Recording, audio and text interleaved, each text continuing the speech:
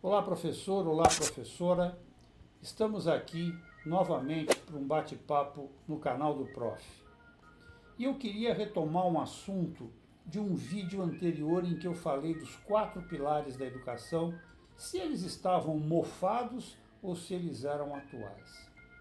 E o que eu quero falar para vocês é que o primeiro e o segundo pilar continuam extremamente atuais. Se não, vejam por quê.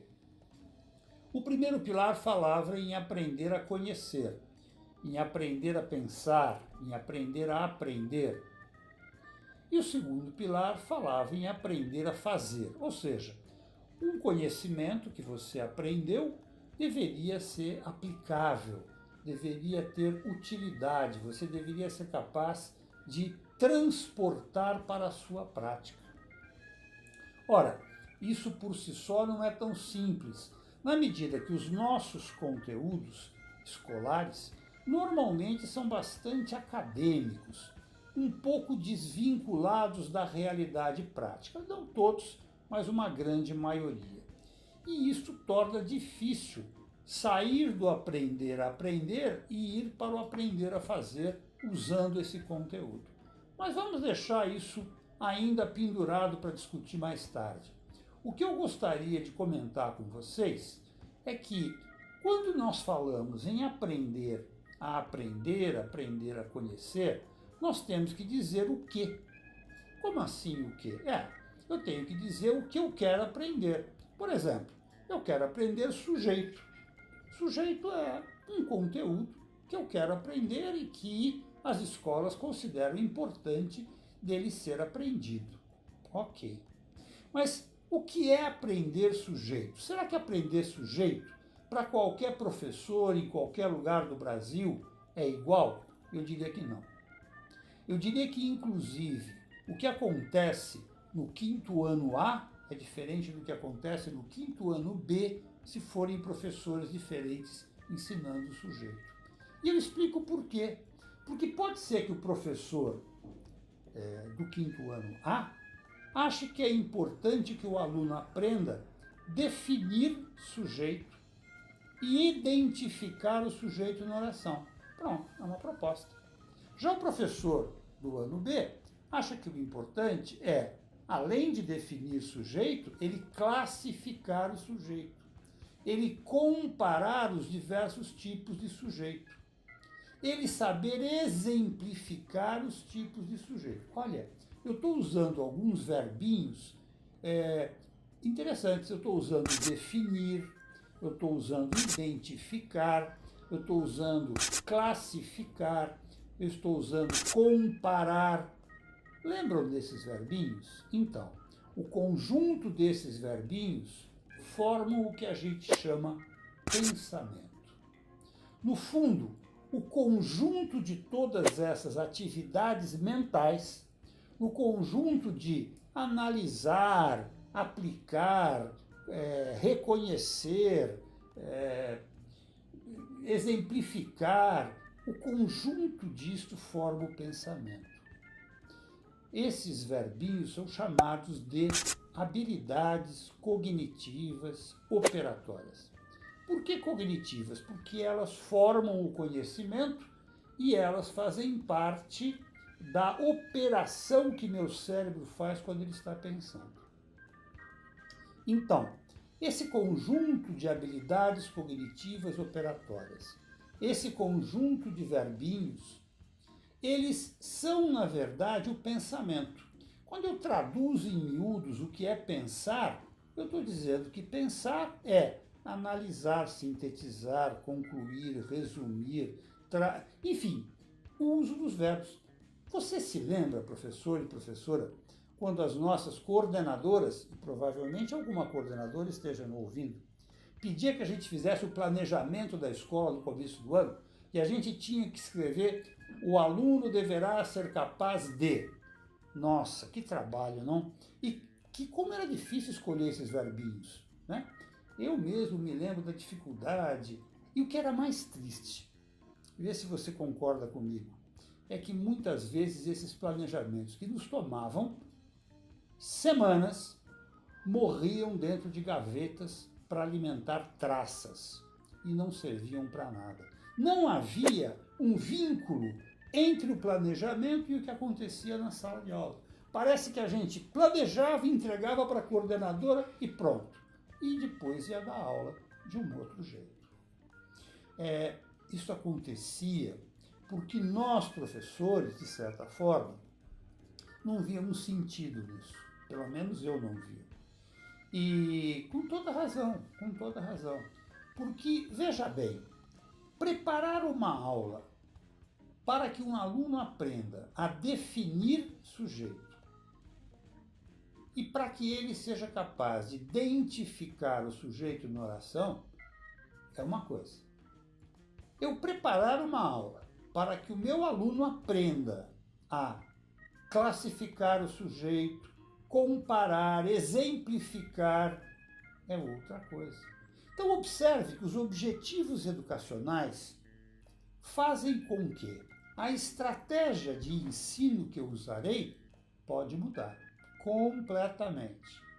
Se eu uso uma estratégia, depende do objetivo que eu pretendo. Então, ter claros os objetivos que a gente pretende a respeito de um determinado conteúdo é fundamental, mas não é usual. Vou repetir, é fundamental, mas não é usual. O que eu quero dizer com isso?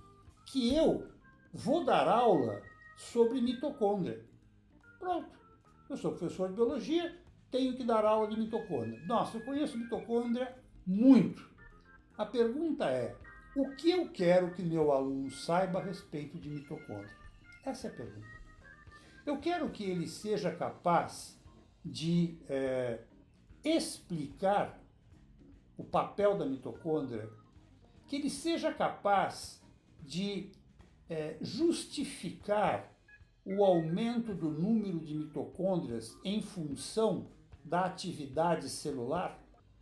Eu quero que ele seja capaz de transpor o conteúdo, o conceito da mitocôndria, da sua função celular para uma cidade. Quem faz o papel das mitocôndrias numa cidade? Ou seja, reparem que os meus objetivos definem não só a minha estratégia, definem a minha metodologia, definem inclusive aquilo que eu vou cobrar do meu aluno, aquilo que eu vou tentar saber se meu aluno aprendeu numa avaliação. Os meus objetivos devem estar refletidos na minha avaliação. Se eu pretendo que o meu aluno saiba comparar, eu devo cobrar que ele compare.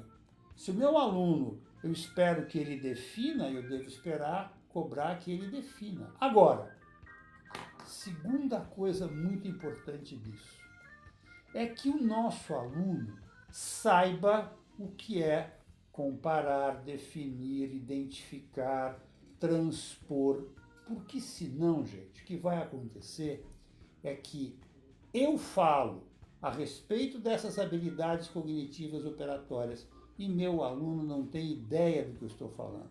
A minha pergunta é a seguinte: onde foi que nós aprendemos na escola o que é analisar, inferir, comparar? Onde foi que algum professor parou e disse assim: gente, eu hoje vou trabalhar com vocês o que é explicar?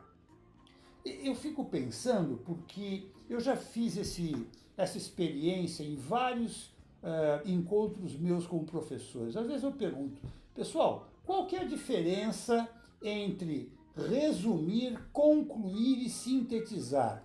Resumir, concluir e sintetizar. Eu sei que todos vocês sabem o que é resumir, o que é concluir, o que é sintetizar, mas eu pergunto, será que essa definição é comum a todos aqui presentes? Será que essa definição é rápida?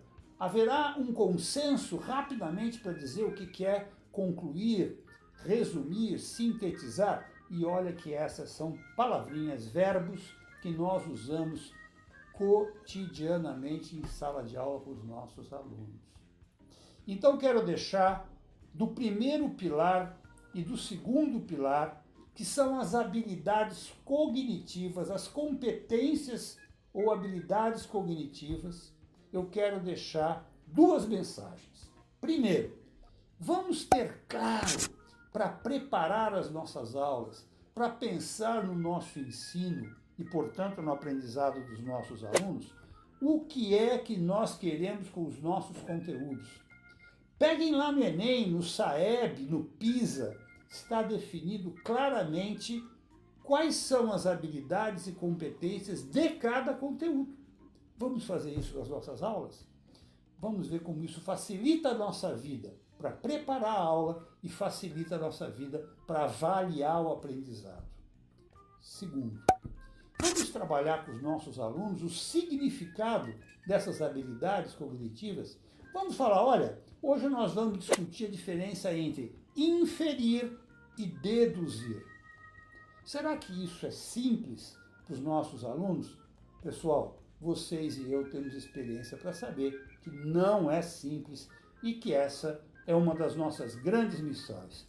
Primeiro e segundo pilar, habilidades cognitivas e, portanto, habilidades que exigem que eu escolha, defina quais são e depois que eu trabalhe com os meus alunos o que é que elas significam. Muito obrigado e não deixem de deixar seu comentário no nosso canal. A sua participação é fundamental para nós, é a razão pela qual nós estamos aqui. Um grande abraço e olha, o meu próximo vídeo vou discutir o terceiro e o quarto pilar, as habilidades não cognitivas. Tá bom? Espero você lá. Um grande abraço.